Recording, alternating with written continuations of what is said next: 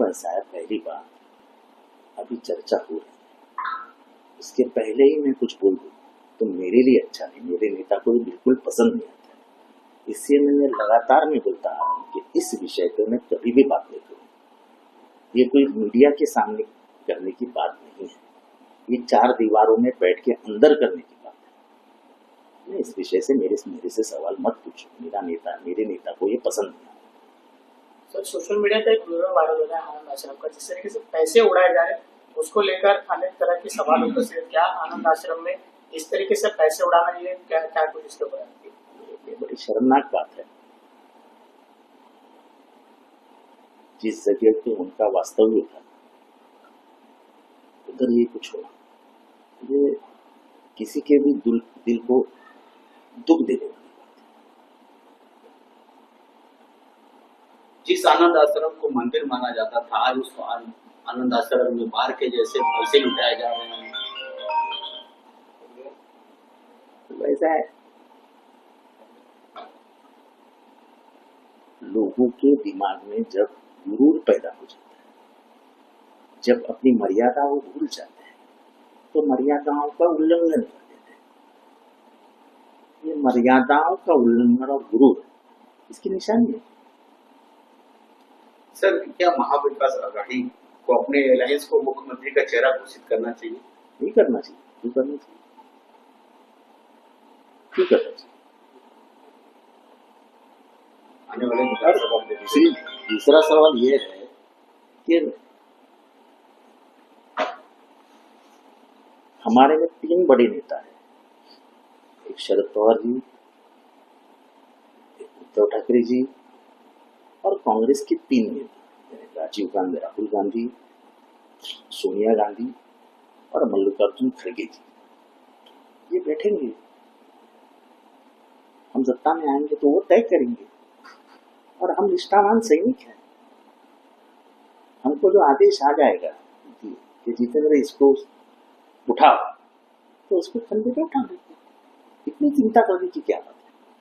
अभी तो लड़ाई शुरू हुई है, लड़ाई के पहले ही क्या होगा ये व्यक्त करने वाला मैं आदमी नहीं। मुझसे ये सवाल कभी मत पूछिए, इसका जवाब मैं कभी भी नहीं। सर, राहुल गांधी क्या चुनाव के बाद एनसीपी शरद पवार पार्टी की सिंगल लार्जेस्ट पार्टी बनने की कितनी उम्मीद है? देखो, हर पार्टी ये चाहती कि मुझे ज्यादा जगह चुन के, तो इसमें कोई गलत बात नहीं। तो भी संख्या और कितनी हो सकती है? मैं कोई अंक शास्त्र का भविष्य करता नहीं हूँ, अंक शास्त्र मुझे जानता नहीं हूँ। महाराष्ट्र की जो राजकीय परिस्थिति है, जो पॉलिटिकल परिस्थिति है, उससे देख के ये लगता है कि महायुति की सरकार को फिर से सरकार में आना बहुत कठिन। क्या विधानसभा के बाद एनसीपी का मुख्यमंत्री बन सकता है? फिर से आप मुझे वही सवाल पूछेगा जिसका मैं जवाब जिंदगी में नहीं दूंगा। सर, राहुल गांधी जब अमेरिका दौरे पे थे उस दौरान उन्होंने तीन प्रमुख चीजों में बात की, आरक्षण, उसके अलावा सिख कम्युनिटी और प्रधानमंत्री का 56 इंच का सीना। इसके अलावा जो लोकसभा में जो हार पराजित हुई 240 सीट में, इसको लेकर भारतीय जनता पार्टी और शिवसेना शिंदे लगातार उनके ऊपर आंदोलन कर रहे, उनको पहली चीज उन्होंने जो इक्विटेबल सोसाइटी करके कहा है, उसका अर्थ समझने की कोशिश कीजिए। इसका अर्थ आपको मिलेगा डॉक्टर बाबा साहब अम्बेडकर ने जो कहा है, एनिहिलेशन ऑफ कास्ट।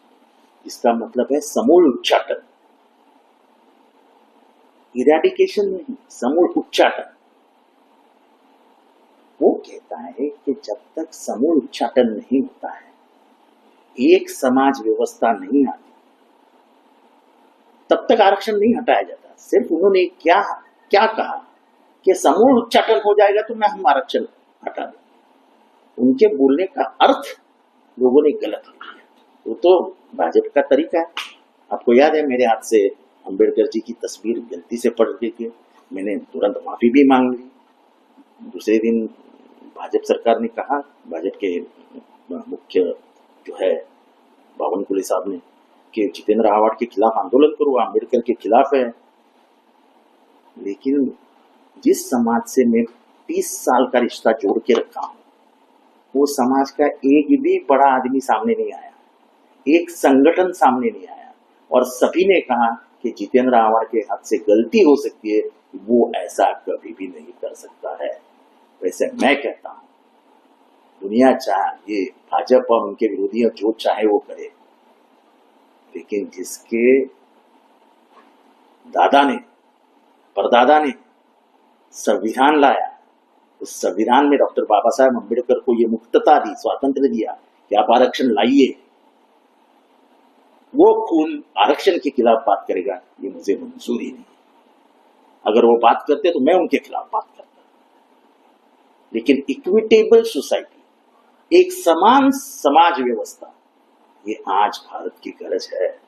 अगर वो नहीं होती तो फिर हम कभी नहीं मांग करते कि जाति न्याय जनगणना होनी चाहिए।